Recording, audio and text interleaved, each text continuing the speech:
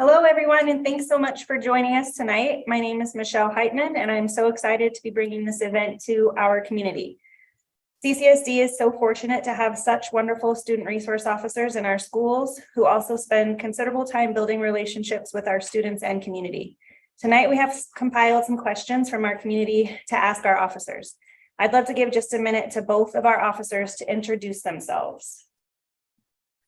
I'm Chris Hunter. I've been with the police department for 9 years and worked as a school resource officer for 6. I've worked in every school in the district and just been able to enjoy being a resource officer. So I'm glad to be here and answering questions. Good. I'm Zach Parker. I'm one of the school resource officers. This will be my 3rd year doing the school resource position. Prior to that, spent most of my time on patrol with the city of Gillette. A little bit of time at the Campbell County Jail for that. Well, thank you guys both for being here. We really appreciate it. And we'll go ahead and get started with our first question. So first question kind of loaded, but why do our schools need student resource officers? I think the biggest thing is we need officers that can really interact with kids. A huge majority of our time is spent interacting with kids and working with kids and trying to give them a positive view of what police do in our community. And so when they get to just be able to build relationships with us and we're able to just communicate with them in school, encourage them in whatever their activities or whatever they're involved in, it just creates that really positive police atmosphere. Now, obviously, why do we have SROs in school? There's a big safety element to that.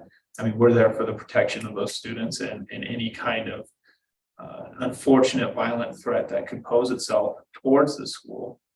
And so, but that's just a portion of our job and the frequency in which those things happen. Hopefully it never happens in Campbell County, but we stay prepared for it. But a huge majority of our job is just really those positive relationships. And I'm sure you've had those too, Zach. A lot of times you show up in the mornings and it's trying to greet the students, saying hi, how's their day, trying to get to know them and some of their lives. What are their likes? What do they like to do? Something they like to talk about. Find something they can relate to them with. I know for a twin, they come find me wherever I'm at. I keep some candy in my office, and part of that is having them come and tell me something good from the day. It doesn't matter what it is. Whether it's I woke up, got dressed, and made it to the bus on time. And that was the good thing they had for that day. That works. Trying to create as much of a positive atmosphere as you can, because there's negativity that's all over the place. So the more positive I can make it, the more interaction I get with the students. Some of it's just sitting down. I know Chris plays basketball. I go sit in the art room and I draw with them or make clay sculptures or something along those lines. And just building those relationships, if there's some things that are, unhealthy at home, they're more willing to share those with us when they have a relationship with us so that we can hopefully be able to intervene and just provide resources or get them connected with the right people to help their home life. So if they have something they want to talk about, they're not as afraid to come and talk to a person in uniform now. Now they're like, oh, hey, I can go talk to them. They're going to help me out. Awesome, thank you. This is kind of a hot topic right now in our community, especially, but what happens when a student is caught vaping at school? Whenever a student's caught vaping, whether it's by us or it's by a teacher, a principal, and even another student that reports it, that student, whoever it is, will be brought down to the principal because we always involve them in most of it, even if we find it. They'll come down, they'll talk to the principal will conduct a search of their backpack, stuff like that, or whatever they have with them. They'll gather that, they'll call parents, then we'll talk with parents and the student at the same time and the principal, and we'll go over whatever the school consequences are along with what the consequences they would get from us. And it's tough because I think what we've seen is just the amount of kids that are using vaping products and knowing what is the right answer. How much is too much consequence? How much is too little consequence? How do we deter kids from using them? I mean, really, it's been, we've had several conversations on what the right approach is. And really, I know my approach whenever I have a kid who gets caught, my approach is definitely not punishment mindset. My approach is prevention mindset. So I'm having conversations about the health effects of it, or just, you know, how a company is trying to get you to do their product, because then all of a sudden you're going to be the person who pays them for the rest of your life. And so that's kind of what I lean towards, is the prevention mindset, because that's really our goal. Because by the time they turn 21, they can choose to do it if they want. And I want them to have good reasons and good, to have that thinking to say, I need to stay away from this. This isn't healthy. A loaded question, but why would a cop want to be an SRO? I enjoy working with kids, and I love being able to watch them. You start working with kids in middle school, and they're kind of that tough age to really like. And then as they get older and you see them just grow up and you just get to watch them graduate, it's just kind of a cool thing to be a part of that journey with them.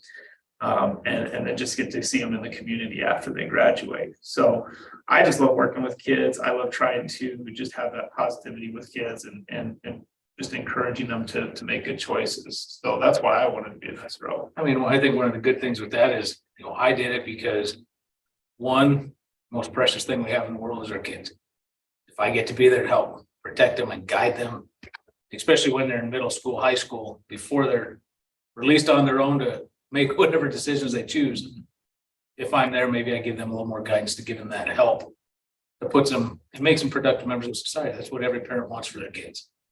And if I get to be around a bunch of kids at school and maybe help them on their way, because they're struggling at school or something, I get to be there. It's fun to watch them grow. Literally, you're like, hey, how was today? And they're like, oh man, I made this. Okay, we talked about that. What can we do different? To not yell at the teacher, and even some of these kids that get in trouble with me, they still come back and talk to me. They don't consider it just a negative thing, but they don't want to speak to you anymore. Some do, they don't talk to you, and that's okay. They find somebody else. As long as they have somebody to talk with, that's what we want. We want them to grow happy, healthy, and be good, productive members of our society. That's what we want. Unfortunately, as a law enforcement officer, if I'm working patrol and just taking calls, usually those calls are, they're not positive calls. We're not having positive interactions with the public. Sometimes it's just very negative, and that can wear on an officer. So just to have that positivity where you're proactively having positive relationships with people in the community, it can be really rewarding. And you don't usually see everybody on their best day when you just patrol all the time. But in the school, you get to have, it's very positive. It's very uplifting getting to be there. And people don't really get really excited when we pull them over. But they get excited, you go to the football games, basketball games, they just run up and give you hugs, or they want to talk, or tell you what they did over the weekend, or just means that we're doing something right when they do that.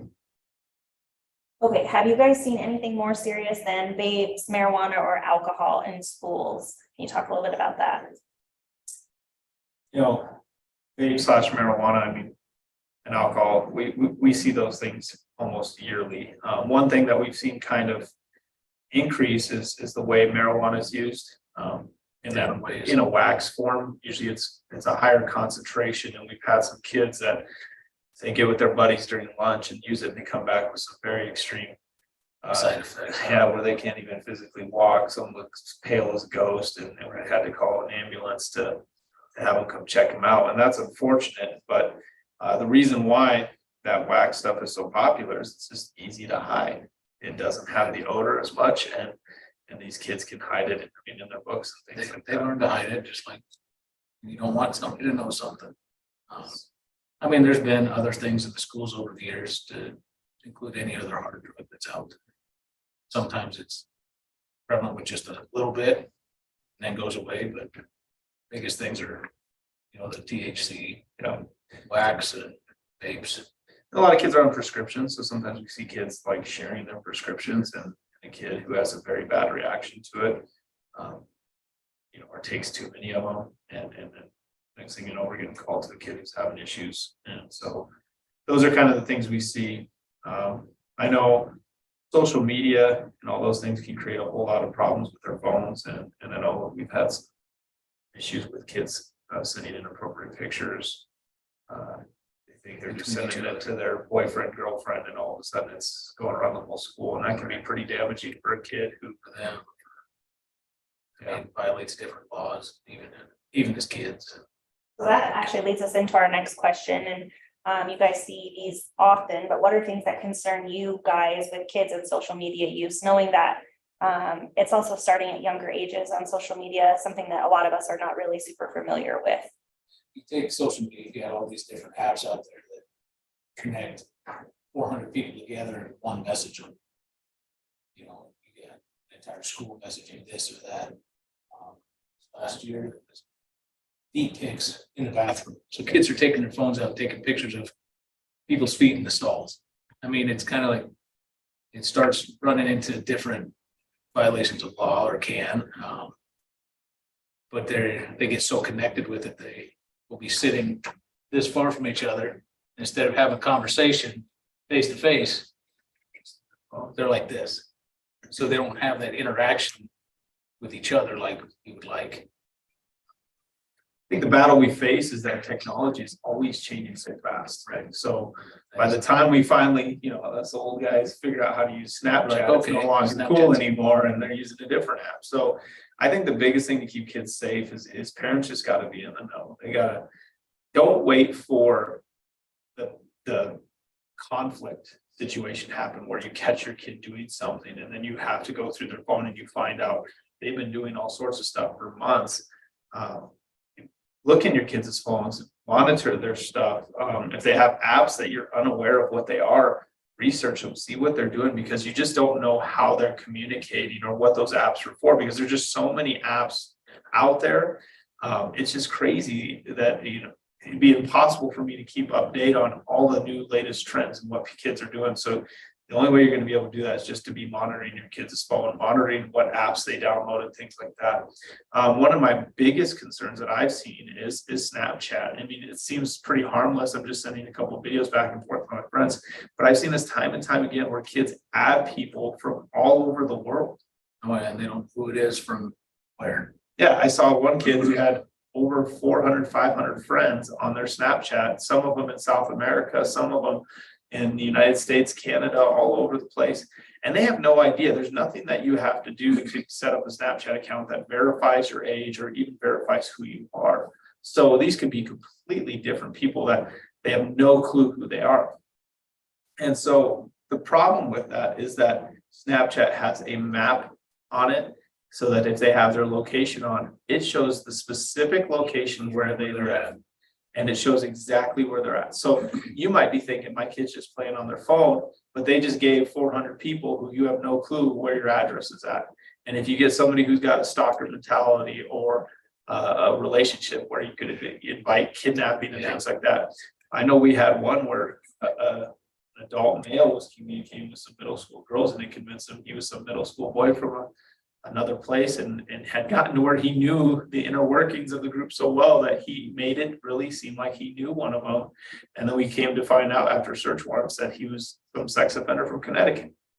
And it's like, this is what our kids are doing, unfortunately. So it's something that we just have to keep our eyes on as parents and say, only have the people. I would honestly would not recommend Snapchat, because it just is so private and information just gets deleted.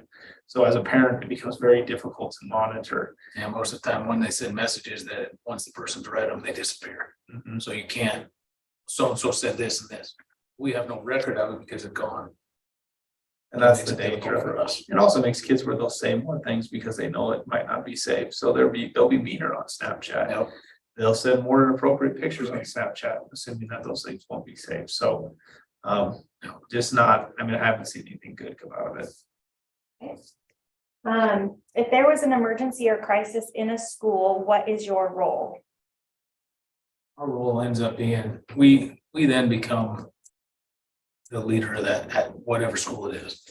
If I'm at Twin or I'm at Campbell County or wherever and something happens there, I'm the one that's now going to be, or Chris or whoever's there, they now take charge of figuring out what it is.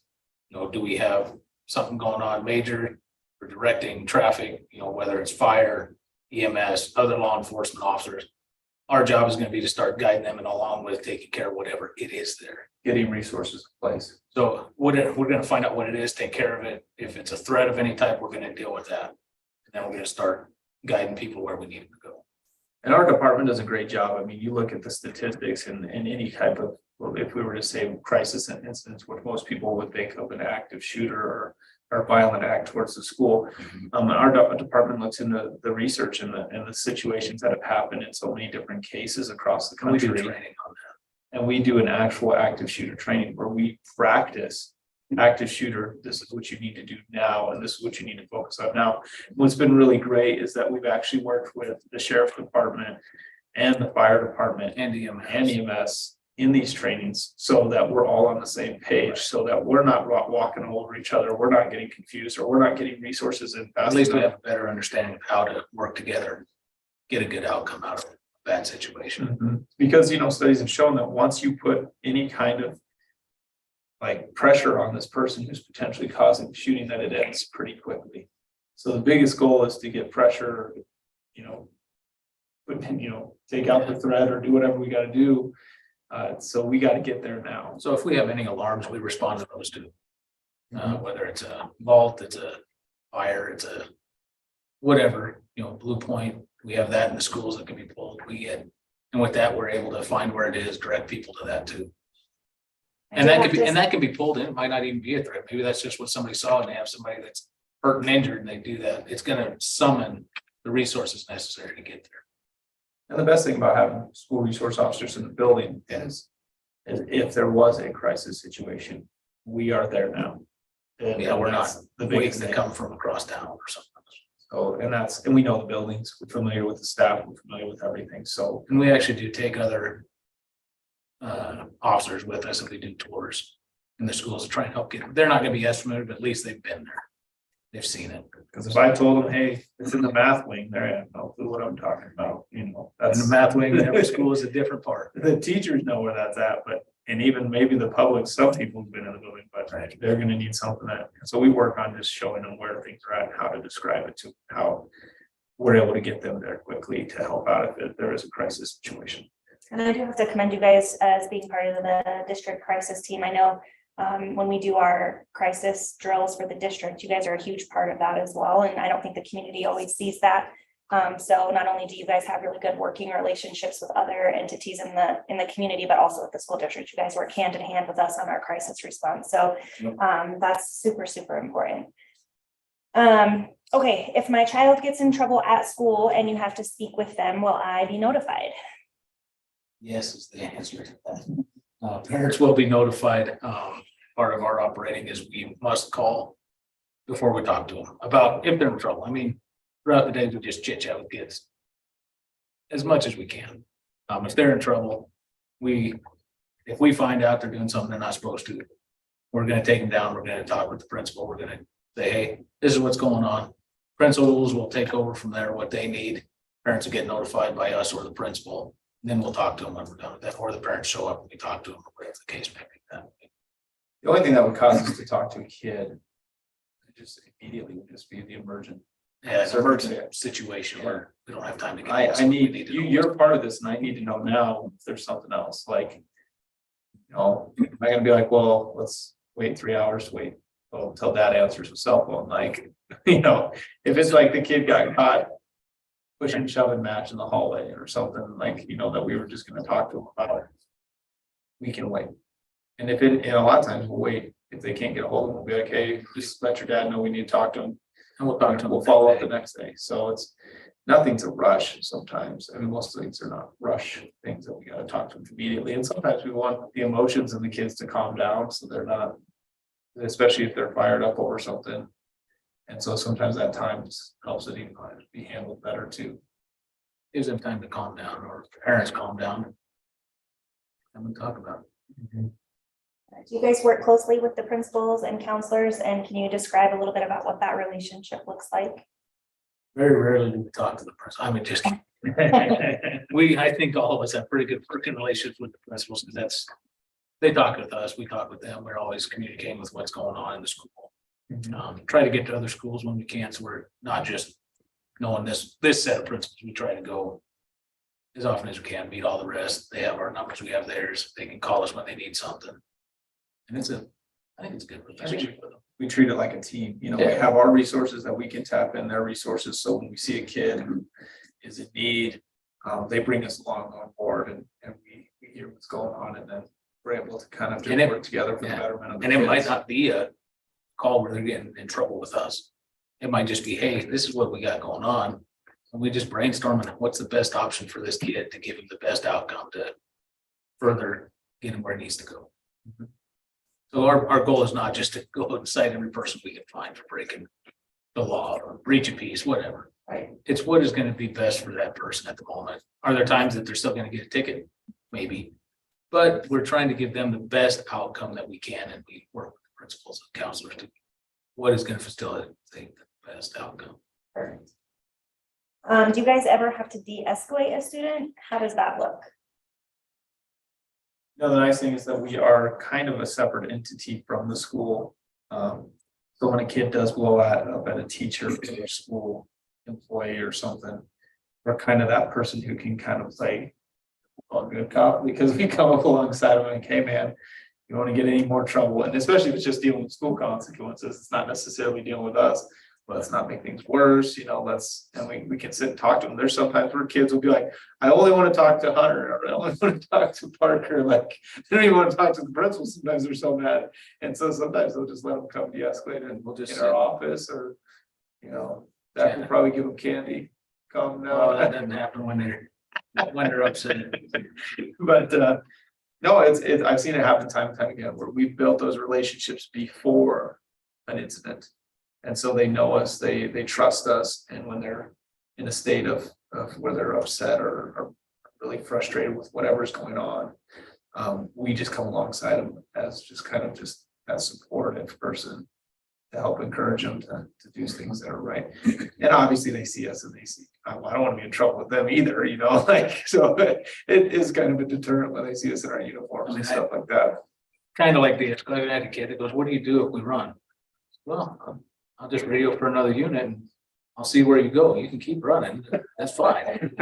And that same kid ended up doing something stupid, got in trouble, took off running. I said, hey, called his name. He turned around, started around, looked back, stopped and came back. I said, why'd you stop? Because you told me I can't beat your radio. Somebody's going to find me. I said, okay, good.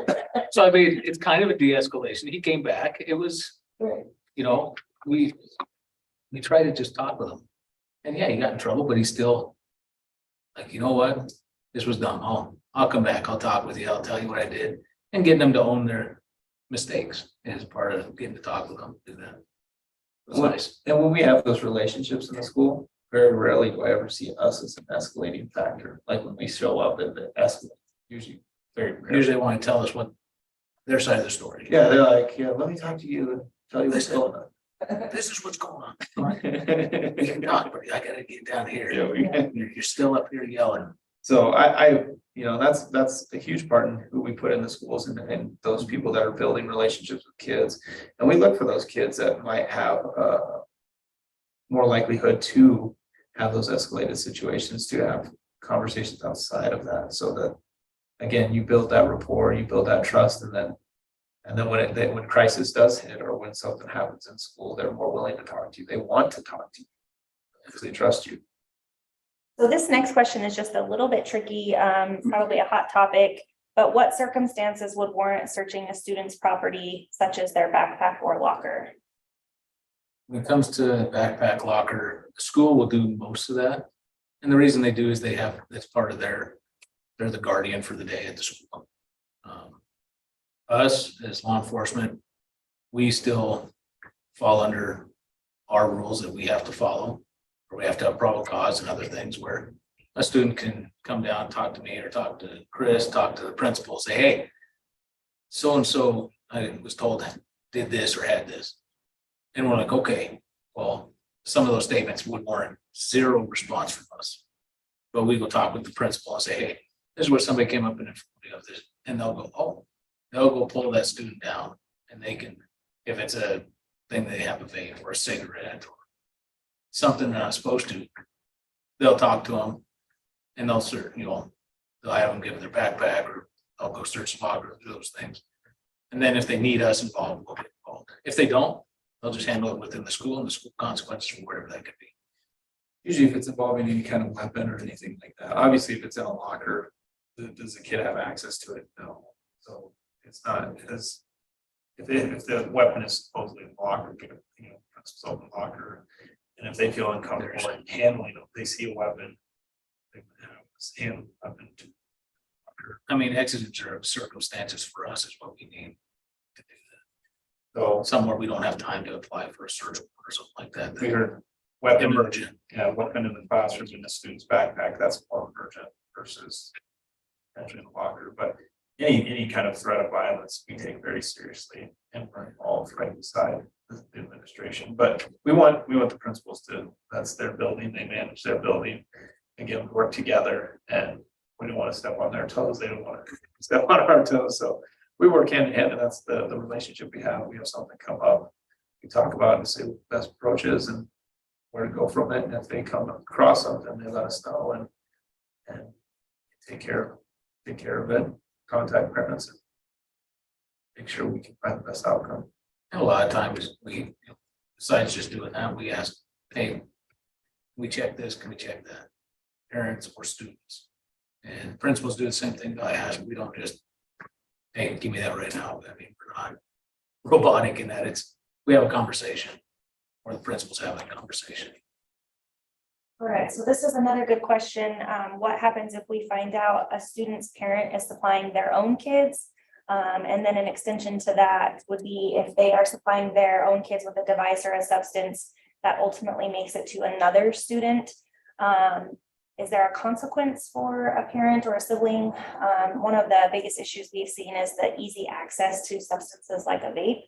And oftentimes we're told that those are provided from a parent. And so we're just asking what consequences could be there for a parent who's supplying those substances to a minor. Well, obviously it depends on the substance. Substances they have to be serious narcotics for it to be like an endangering minor. Where Even alcohol and vapes can still fall under that.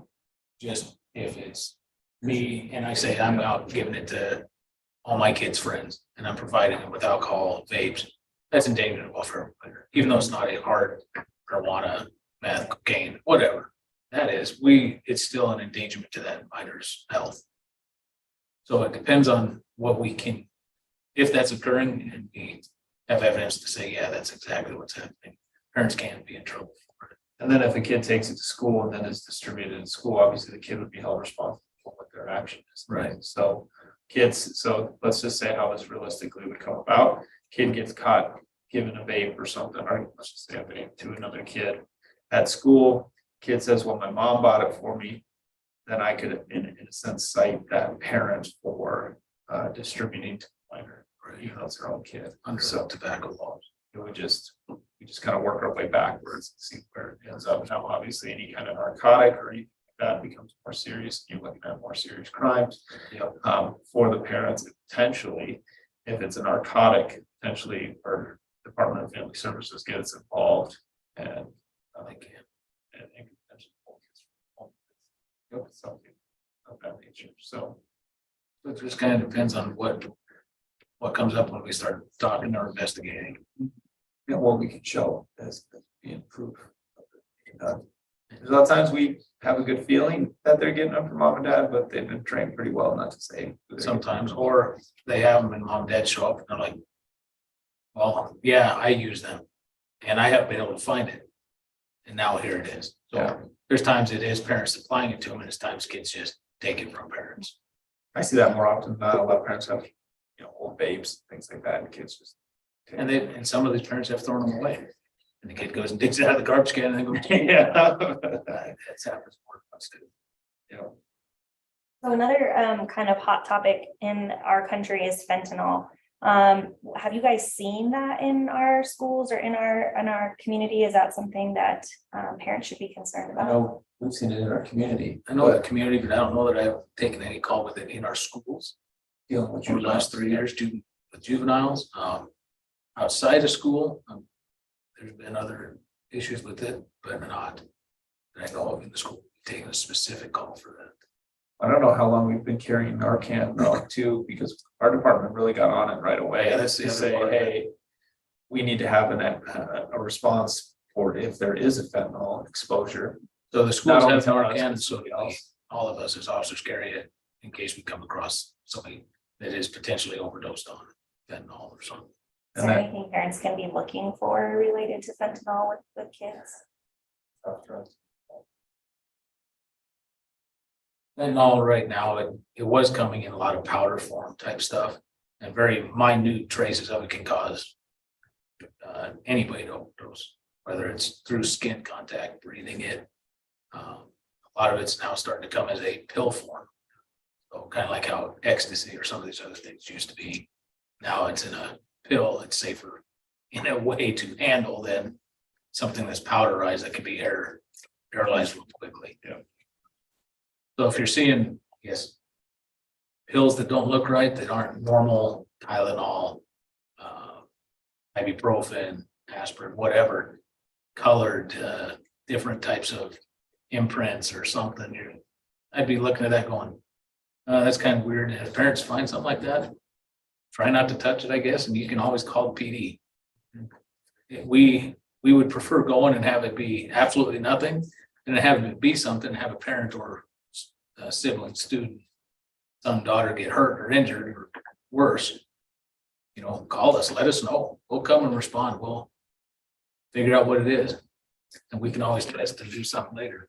Now, the nice thing is there is a resource for like, if you do come across pills, I would think Zach says, don't handle them. I don't think that's appropriate just in case it is some sort of fentanyl or something. But most prescriptions have an imprint on them, and you can look at drugs.com and you can potentially identify the pill by using drugs.com. They have like what shape, what color, what indent, what imprint color, is number, and weight. And that's a lot. We use that all the time on the streets because I'm not a pharmacist and I'm not going to memorize all the imprints on a pill. So we'll come across pills and we'll type in the imprint of what it looks like and usually can identify it on the street.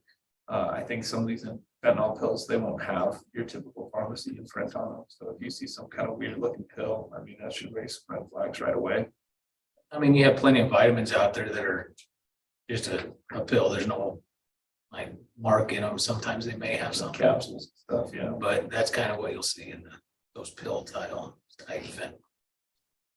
Not a lot of markings. How do you guys handle situations where a vape says 0% nicotine that isn't technically illegal to possess, correct? There have been a few that I've dealt with where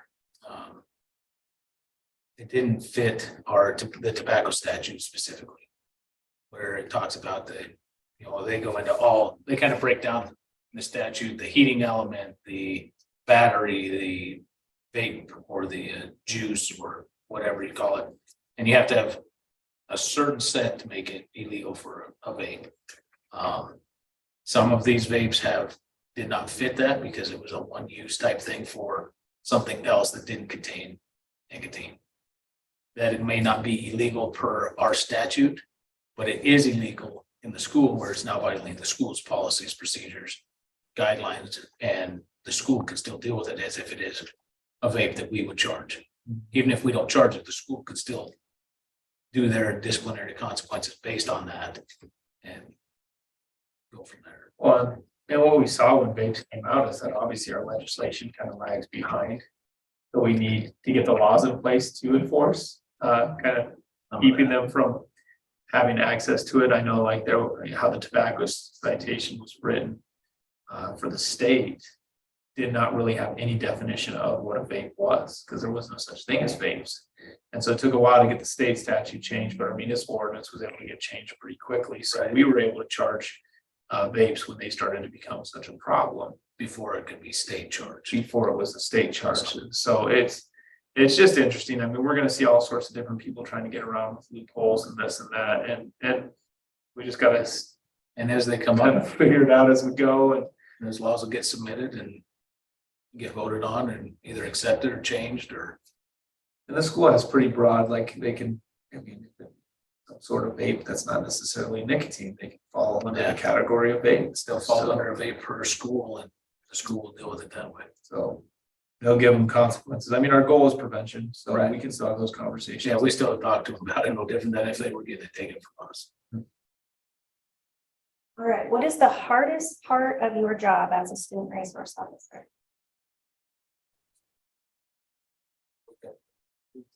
I don't know. I think probably one of the hardest things, I guess, for me, it's just my own opinion of it, is when you're watching a good student start taking a wayward road, I guess. You're like, man, and you talk to them and you just can't seem to get through to them. And you're like, so that's where you start talking with principals, you start talking with other teachers, other SROs. Maybe they like Chris better than they like me.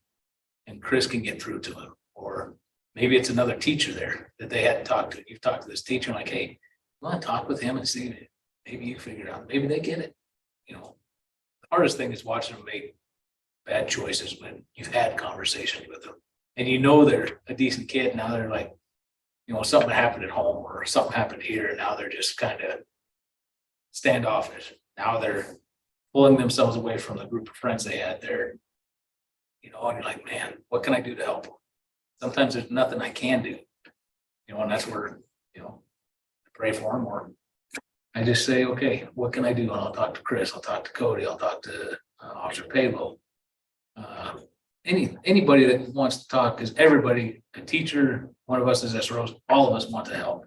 We're not here just to sit on our hands and watch the clock go by. We want to help where we can, you know. Yeah, and I think every year we get those kids that just want to drop out. And a lot of times can be home stuff. They feel like they need to get a job and they need to start doing all these other things. School doesn't matter anymore. They're struggling in school. And you see it affect their self-esteem. And the sad thing is, like, when kids are dealing with self-esteem issues, depression, and all those things, they're really high risk for substance abuse too. And I know if they drop out of school or they don't succeed, and then they're going to be the kids that we run into dealing with substance abuse. And so that is hard. We try to encourage them and get them on the right track the best we can. But yeah, you do get to see into the home lives of some of these kids. It's hard when it's the young ones, the elementary school age kids. And you just know it's an uphill battle for them. And you do everything you can to just try to be that positive person in their life. And what has been, I mean, on the flip side of that, they graduate. And yeah, we dealt with them a lot for 4 years of high school. Yet we see them out on the street at a hockey game. We see them at a basketball game, football game, and they come up and go, hey, thanks for talking to me all those times. Or, hey, this is what's going on now. And it's like, dude, congratulations. And we're not like sad. Give them a high five, shake their hand. Some of them give you a hug and you're like, sweet. And you ask them, what made a difference? I'll ask them.